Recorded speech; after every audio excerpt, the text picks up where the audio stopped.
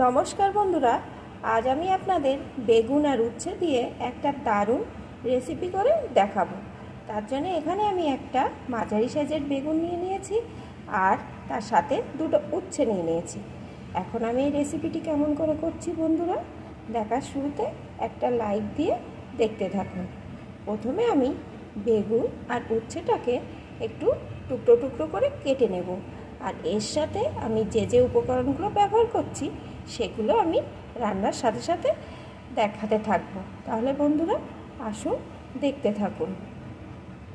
আমি এগুলোকে কেটে নিয়ে ফিরে আসছি। এখানে বেগুন, উচ্ছে আর তার সাথে আমি একটা ছোট সাইজের আলুকেও কেটে নিয়েছি। এখন আমি রান্নাটা শুরু করছি। রান্নার জন্যে এখানে আমি একটা কড়াই একটু সরিষার তেল দিয়ে দিয়েছি। তেলটা গরম হয়ে গেছে। এখন আমি এর ভিতরে কয়েকটা বড়ি দিয়ে দেব।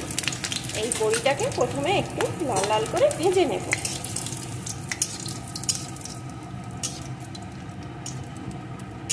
এটা কিন্তু বন্ধুরা বিউলির ডালের বড়ি।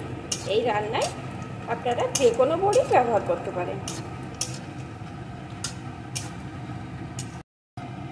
অল্প আছে বড়িগুলো আমি এখানে সুন্দর করে ভেজে নিয়েছি। এখন বড়িগুলোকে আমি তুলে নেব। বড়িগুলো একটা পাত্রে তুলে নিয়েছি। এখন একটু ঠান্ডা হওয়ার পর বড়িগুলো আমি হাতের সাহায্যে কিন্তু আমি ভেঙে রাখবো। এখন এই তেলের ভিতরে কেটে রাখা উচ্ছেগুলোকে দিয়ে দেব। উচ্ছেগুলোকে আমি লাল লাল করে ভেজে নেব। উচ্ছেগুলো একটু ভেজে নিয়েছি। এখন এর ভিতরে দিয়ে দেব একটু লবণ। আবারও কিছুক্ষণ উচ্ছেগুলোকে ভেজে নেব, একদম লাল লাল করে ভেজে নেব।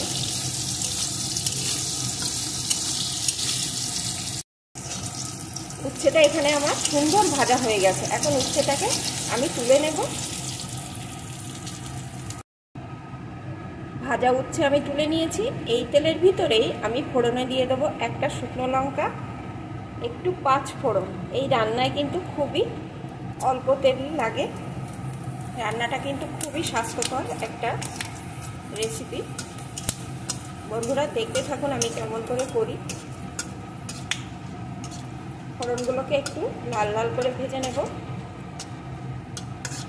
এখন আমি এর ভিতরে কেটে রাখা আলুর টুকরোগুলোকে দিয়ে দেব।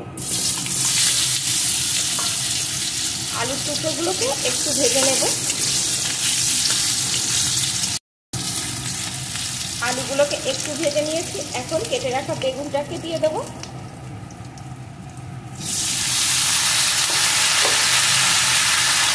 বেগুনটাও একটু ভেজে নেব। এখনই কিন্তু আমি কোনো রকম লবণ হলুদ দেব না। বেগুনটাকে একটু ভেজে নেব।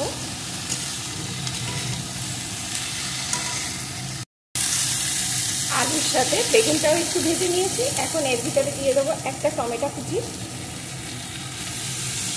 সাথে দিয়ে দেবো দুটো চেরা কাঁচা লঙ্কা, দিয়ে দেবো স্বাদ মতো লবণ, একটু হলুদ গুঁড়ো। এখন আরও কিছুক্ষণ ভেজে নেব।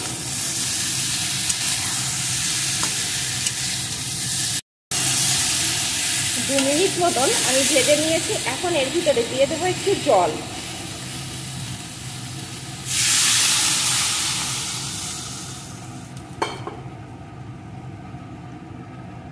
এবার কিছুক্ষণ রান্না করে নেব, যতক্ষণ না সমস্ত সবজি ভালো রকম সিদ্ধ হয়ে আসে। আর এখানে কিন্তু বেশি জল দেওয়া যাবে না, রান্নাটা একটু মাখো মাখো টাইপের হবে। সিদ্ধ হতে যতটুকু জল প্রয়োজন ততটুকুই আমি এখানে জল ব্যবহার করেছি।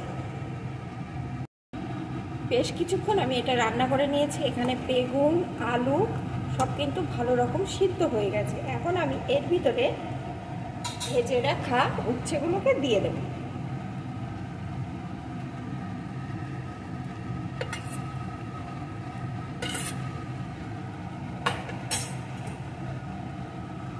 এখন আরও 2 মিনিট আমি ফুটিয়ে নেব। উচ্ছেগুলো যেহেতু ভালো রকম ভেজে রাখা আছে তাই সিদ্ধ হতে কিন্তু একটু সময় লাগবে না। আর উচ্ছেটা দিয়ে বেশি ফোটালে কিন্তু রান্নাটা তেতো হয়ে যাবে, তাই বেশিক্ষণ ফোটাবো না, সামান্য 2-1 মিনিট ফুটিয়ে নেব। উচ্ছে দিয়ে আমি 2 মিনিট মতন এটা রান্না করে নিয়েছি। এখন আমি এর ভিতরে দিয়ে দেবো ভেজে রাখা বড়িগুলো, যেগুলো আমি একটু হাতের সাহায্যে ভেঙে রেখেছিলাম। এই বড়িগুলো কিন্তু শেষে দিচ্ছি, কারণ মুখে পড়লে মুচমুচ করবে আর খেতে কিন্তু অনেক ভালো লাগবে। এখন বড়িটাকে একটু নেড়ে নেব রান্নার সাথে।